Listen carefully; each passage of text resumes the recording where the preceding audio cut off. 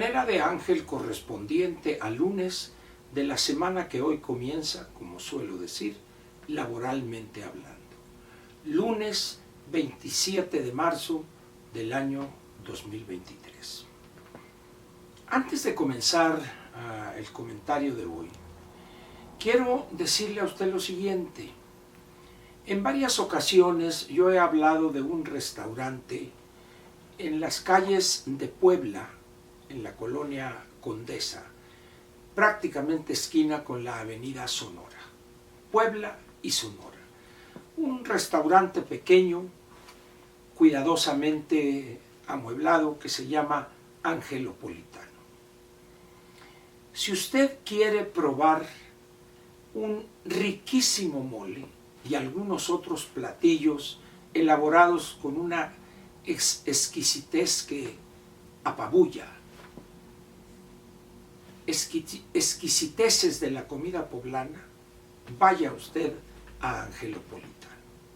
Pero particularmente ese mole es de antología. Ya en unos cuantos meses estaremos degustando otra vez los chiles en nogada, pero hoy el mole de Angelopolitano no tiene par. Vaya, y apoyará usted a un esfuerzo de un grupo pequeño de empresarios que han decidido apostar por la buena comida mexicana, en este caso poblana, y con un gran esfuerzo y entrega, todo el equipo que trabaja ahí se esfuerza por hacerle pasar a usted el mejor de los ratos degustando lo mejor de los platillos de la comida poblana. Vaya usted, es más, diga que Ángel Verdugo les dijo y le darán un trato todavía mejor. Muy bien, vayamos ahora al tema de hoy. Si usted me preguntare cuál sería el indicador más importante a utilizar para medir o para definir cuál es la calidad de un político como gobernante, ya en funciones, por supuesto, yo diría que dos elementos de ese indicador nos ayudarían. El primero sería el conocimiento de esa persona sobre la constitución política de ese país, o, como suele decirse, la Carta Magna. Y el segundo elemento sería el respeto que el gobernante le otorga a ese documento. Dos elementos, pues, el conocimiento de la Constitución y el respeto que ese documento le merece al gobernante. ¿Y a qué viene esto? Sin duda alguna a lo que ya conoce usted. Esta decisión de uno de los 11 ministros en relación con el hoy multicitado Plan B, el cual pocos han leído,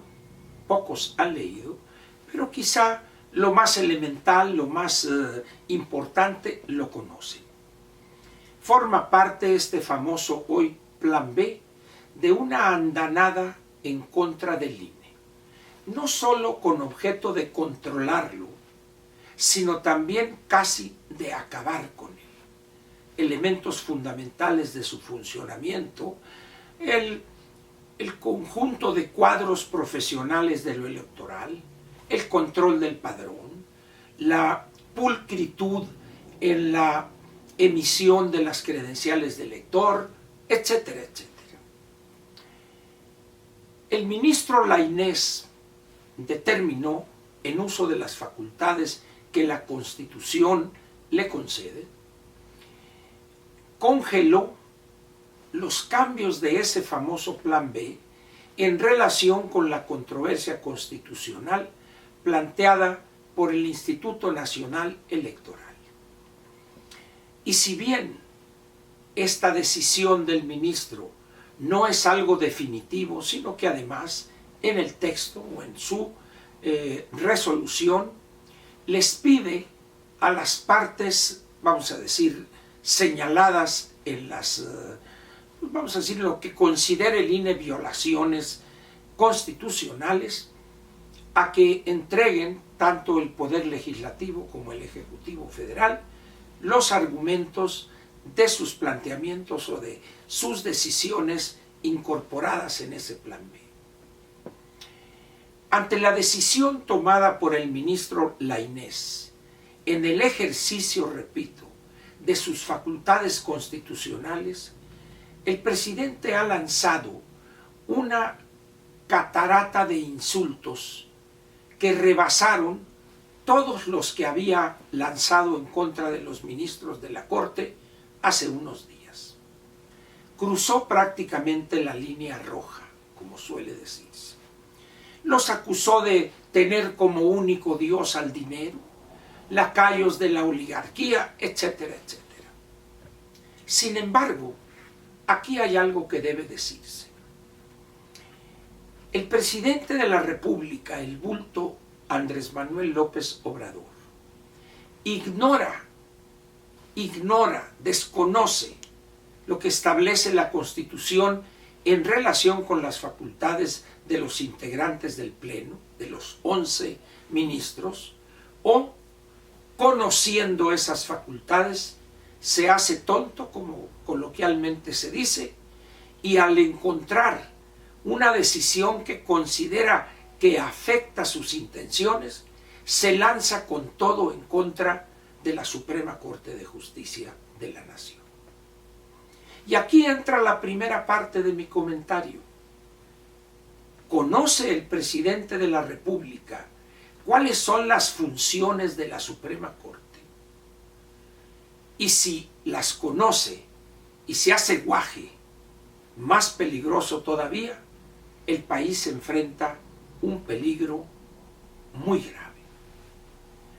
Cuando un gobernante como el nuestro, ante una decisión que todavía no es definitiva, pero que él piensa que lo será, se lanza con denuestos, con ofensas y con una actitud que solo exhibe, además de su ignorancia en el mejor de los casos, con una soberbia y un afán autoritario que otra vez no presagia nada bueno para el país.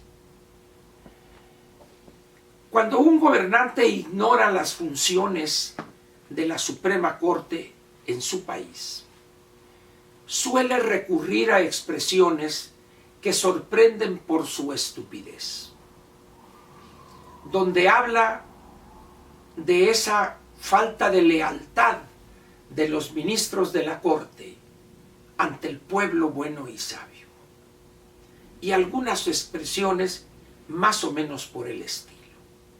Sin embargo, y esto parece ignorarlo el presidente, o si lo sabe, flaco favor le hace a nuestro país al actuar como si no lo supiera. La Suprema Corte, y específicamente los 11 ministros que integran el Pleno, no están para generar simpatías o para darle por su lado al pueblo bueno y sabio, o al gobernante en turno, o a los poderosos, sean política o económicamente poderosos. Su función, y qué lamentable es que el presidente actúe como si no lo supiere, actúan para defender el texto y sentido o espíritu, si gusta usted, de la Constitución política de los Estados Unidos mexicanos. Esa es su única labor.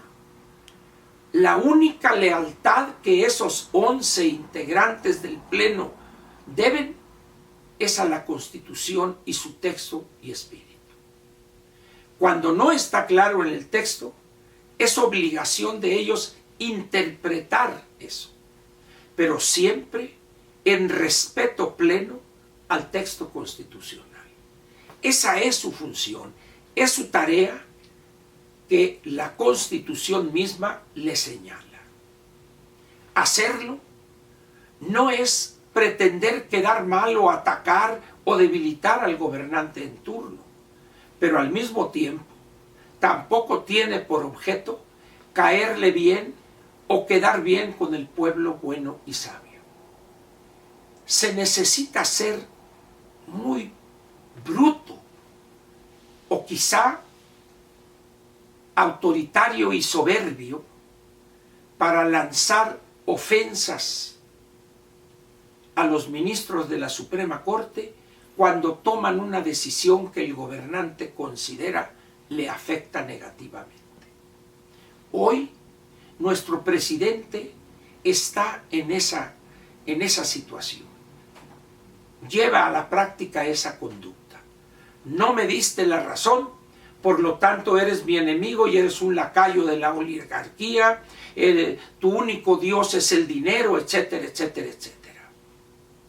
Qué lamentable es que 30 millones de mexicanos le hayan otorgado a esta persona su voto para ser presidente de la República. Evidentemente no todos lo hicieron por oportunismo, por sinvergüenzada, pero sí la mayoría lo hizo por desconocer la responsabilidad en la que estaban incurriendo al otorgarle el voto a un delincuente sempiterno, un hombre que toda su vida pública se ha dedicado a violar la ley, a delinquir, a cometer delitos del orden común y también del orden federal.